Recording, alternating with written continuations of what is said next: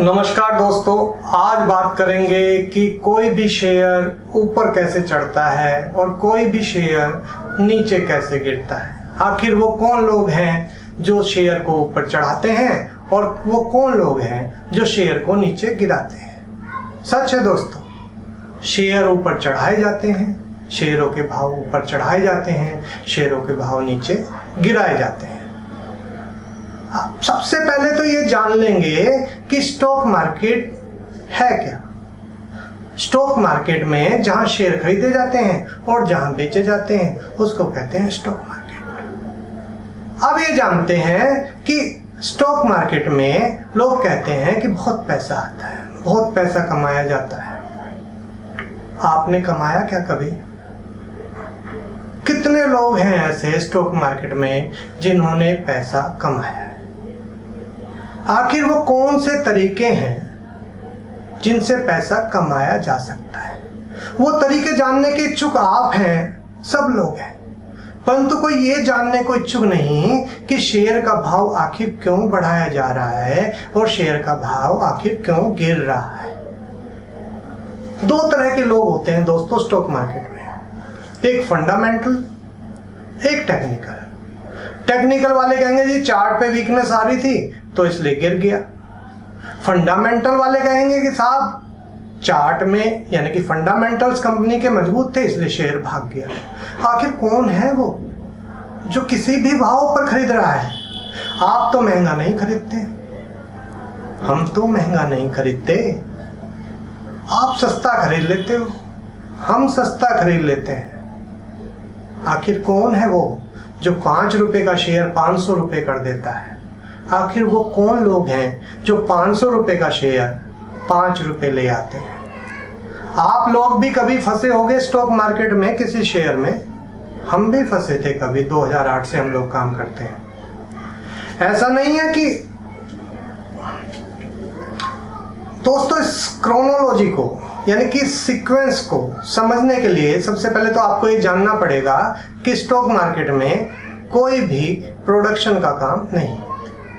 Company ने share issue कर दिए, कंपनी को पैसा मिल गया, अब कंपनी का शेयर से कोई लेना देना नहीं। सेबी ने कह रखा है या कंपनी के रूल्स के अनुसार 51% शेयर जिसके पास होंगे वो मालिक होगा, यानी कि कंपनी को 51% शेयर अपने पास रखने ही हैं। चाहे वो अपने पास रखे, चाहे वो अपने साथियों के पास रखे, उसके पास वो शेयर होने ही चाहिए। यानी कि कंपनी में 4 डायरेक्टर हैं तो 4 डायरेक्टर के नाम पर 51% शेयर होना ही मांगता है।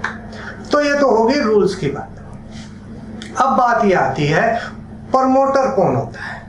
प्रमोटर कंपनी का ओनर भी है, प्रमोटर कंपनी के वो लोग भी हैं जो मेरे साथी हो सकते हैं, आपके साथी हो सकते हैं। बात ये है कि कंपनी के जब कंपनी का कोई लेना देना है ही नहीं शेयर के भाव से, हाँ फर्क जरूर पड़ता है। एक कंपनी का शेयर का भाव 5 रुपए है और एक कंपनी के शेयर का भाव 5000 है, कंपनी की गुडविल पे फर्क जरूर पड़ता है, परंतु कंपनी को उससे कोई पैसा नहीं मिलने वाला है। कंपनी माल बेच देगी, शेयर बेच देगी तो उसको पैसा मिल जाएगा। That's the point. Company share बेच देगी तो अब जिस कंपनी ने पहले ही सारे शेयर बेच रखे हैं, promoter holding is just 20%। Promoter holding वो होती है जो बड़े बड़े लोग होते हैं जो बहुत बल्क में शेयर उठाते हैं, उनको कहते हैं प्रमोटर्स।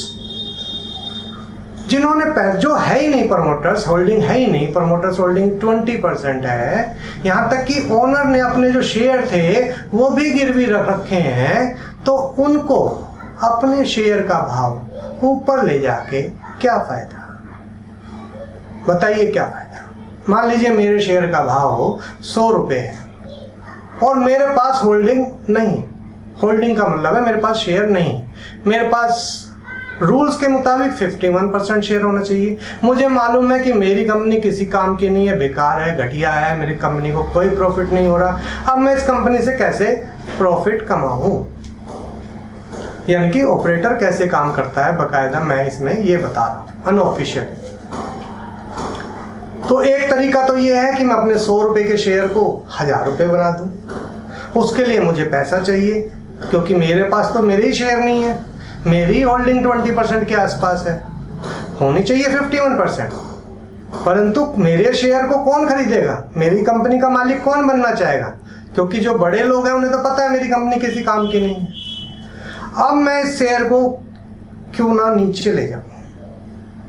सही दोस्तों, क्यों ना मैं शेयर के भाव को नीचे कर दूं, जिससे कि मैं इससे फायदा उठा सकूं। फायदा कैसे होगा ये भी मैं आपको अभी बताने वाला हूं। आपकी कंपनी ज्यादा बढ़िया नहीं, इंडियन स्टॉक मार्केट में या किसी भी स्टॉक मार्केट में, खाली इंडिया की बात नहीं, किसी भी स्टॉक मार्केट में ये उठापटक की जाती है। आप अगर मार्केट में काम करते हो तो आपने देखा होगा कि ये उठापटक हमेशा होती है। आपने देखा होगा कि अभी मारुति का शेयर था 10,000 था, 10,000 से 5,000 आ गया था। कंपनी के फंडामेंटल स्ट्रॉन्ग है, स्ट्रॉन्ग थे, स्ट्रॉन्ग रहेंगे, ठीक है, कोई दिक्कत नहीं। परंतु बदल गए क्या? नहीं बदले ना। तो 10,000 से 5,000 क्यों आ गया? 5,000 से 1,000 भी आ सकता है। नहीं मानोगे मेरी बात है आ जाता है दोस्तों, आप लोगों ने काम किया होगा तो ऐसा किसी कंपनी का कोई पक्का नहीं होता।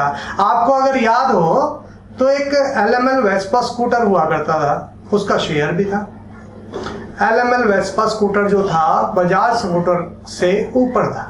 पहले बजाज हुआ करता था, उसके बाद LML वेस्पा आ गया। वेस्पा ने मार्केट में अपना पकड़ बना ली, टेक्नोलॉजी चेंज हुई, वेस्पा नीचे गया, आज वेस्पा कहीं है ही नहीं। तो ऐसा नहीं है कि मारुति आज 10,000 है तो कल को 10 रुपए नहीं हो सकता। कल को कोई और कंपनी आ गई, कल को कोई और टेक्नोलॉजी आ गई जिसमें कि कोई और कंपनी की कार अच्छी चलने निकली, तो मारुति का शेयर 10 रुपए भी आ जाएगा। इसमें कोई बड़ी बात नहीं। माल बिकेगा तो शेयर बढ़ेगा, माल नहीं बिकेगा तो शेयर नहीं बढ़ेगा। सबसे पहली बात तो ये जान लीजिए, दिस इज कॉल्ड फंडामेंटल। अब जिस कंपनी के फंडामेंटल ही नहीं है, आपको नहीं मालूम, हमें नहीं मालूम, कंपनी बैलेंस शीट में जो दिखाना चाहती है वो दिखा रही है। आप भी वही देख रहे हैं, हम भी वही देख रहे हैं।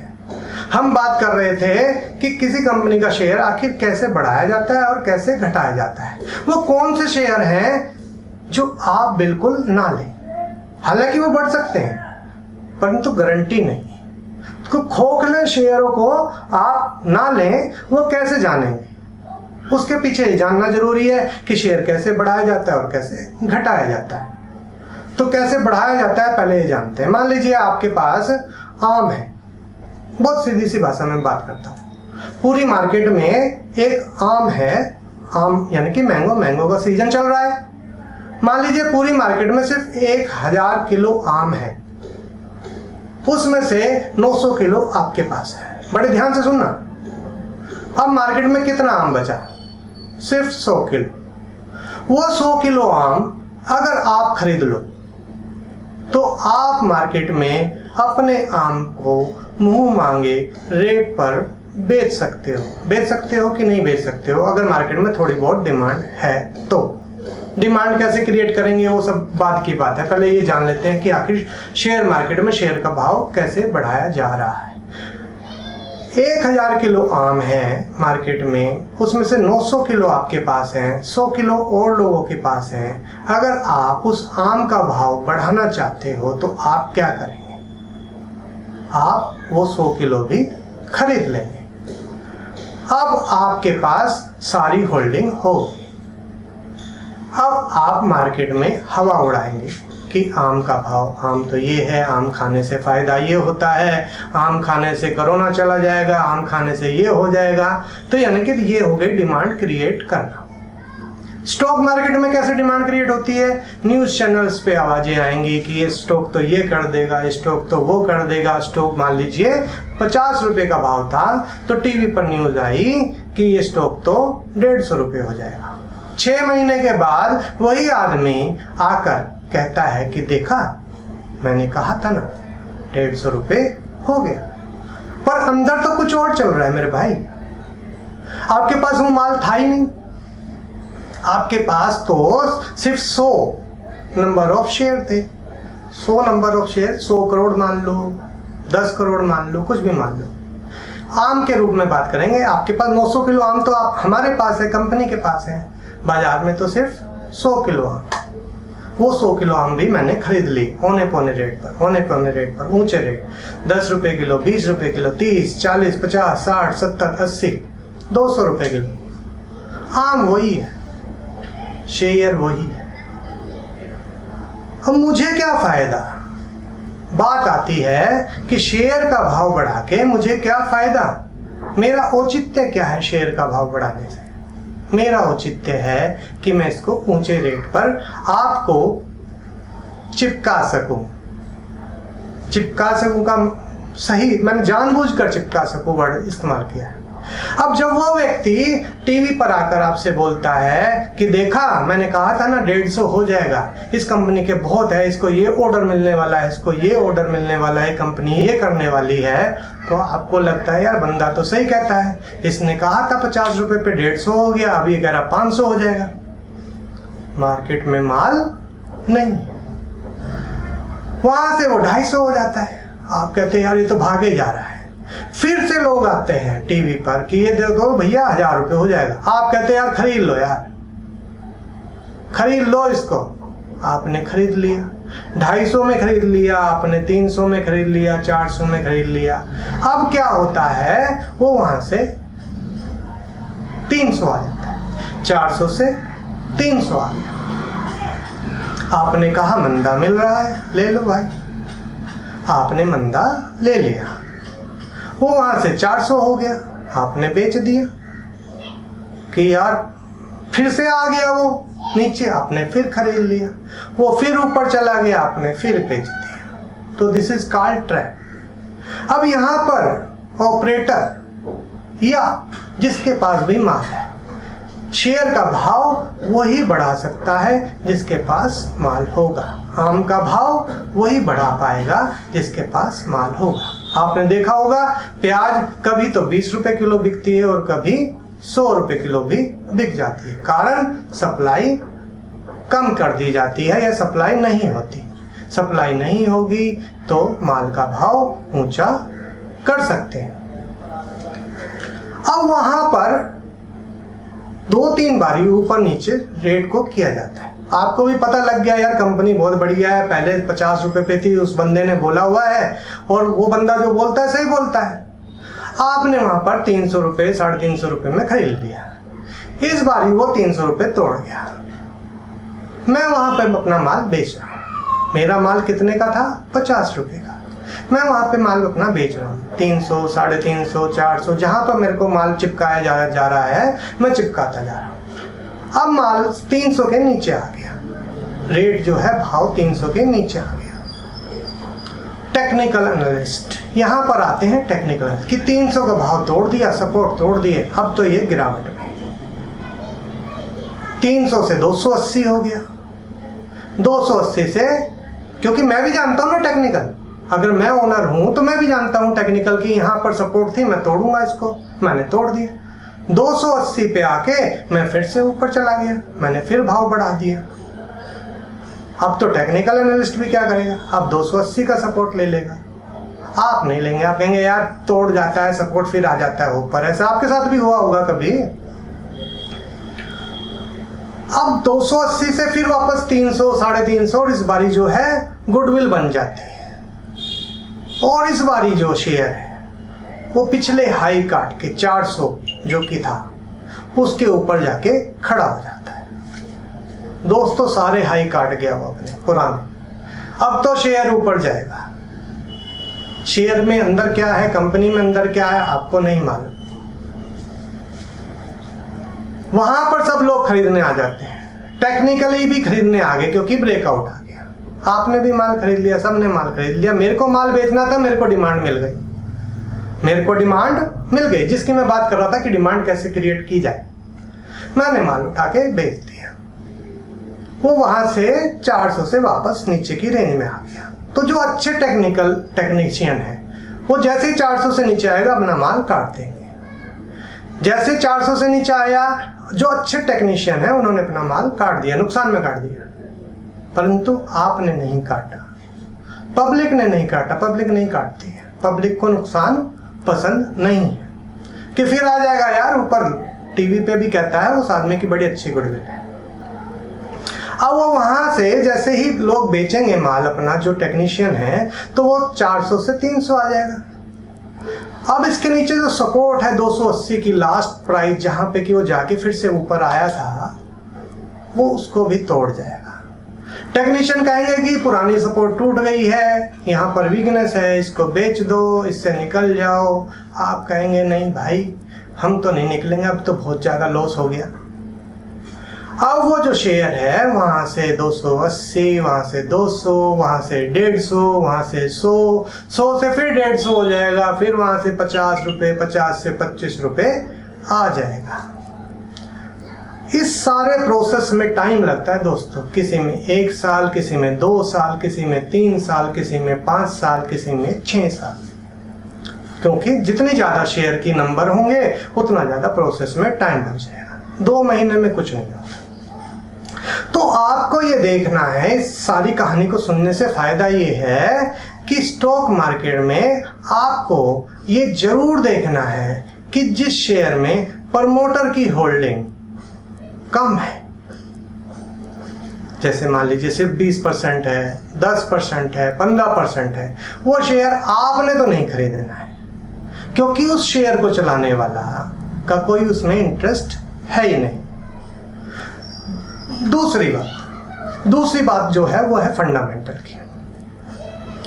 कौन सा शेयर ऐसा है जो आपको लेना चाहिए, जिसकी प्रमोटर होल्डिंग भी अच्छी हो। पब्लिक को पैसा दिलाने के लिए शेयर मार्केट नहीं बनी, इतना जान लीजिए।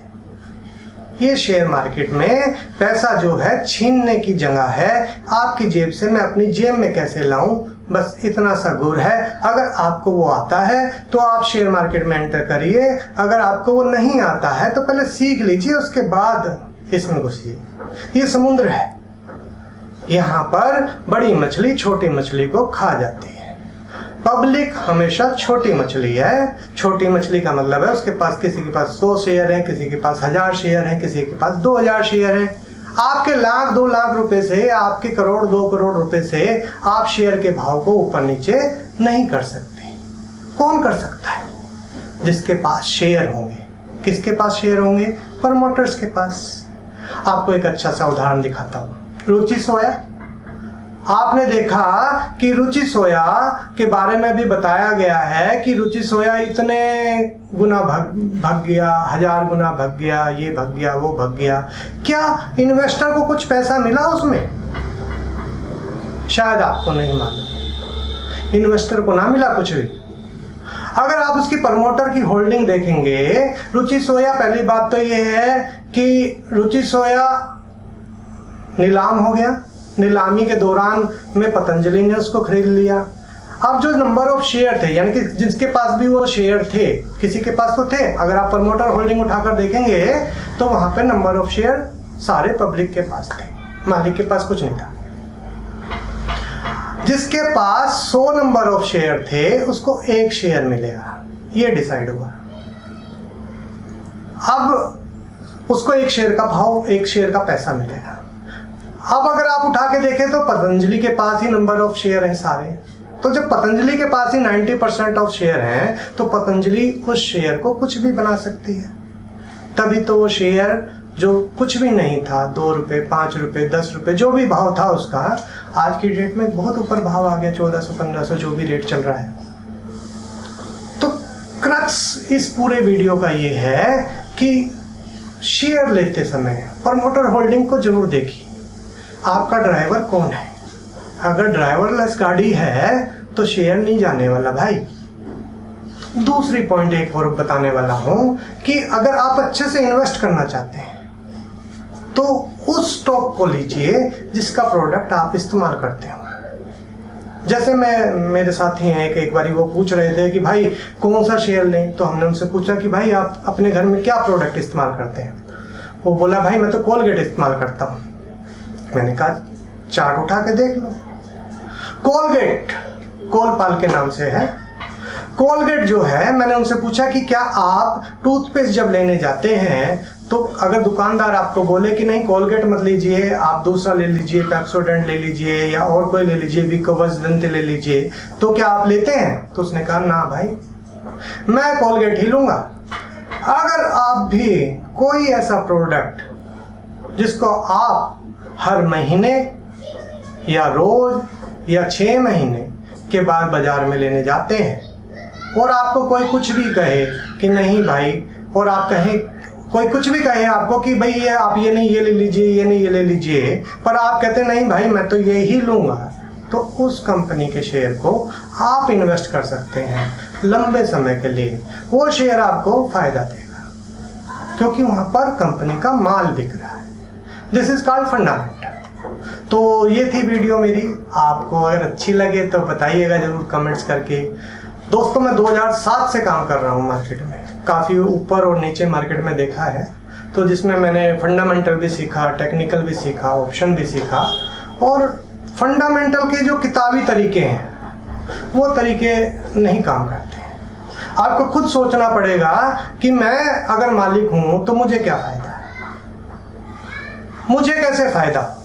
तो दोस्तों बताइएगा जरूर कमेंट्स करके आपको ये वीडियो कैसा लगा। Thank you very much.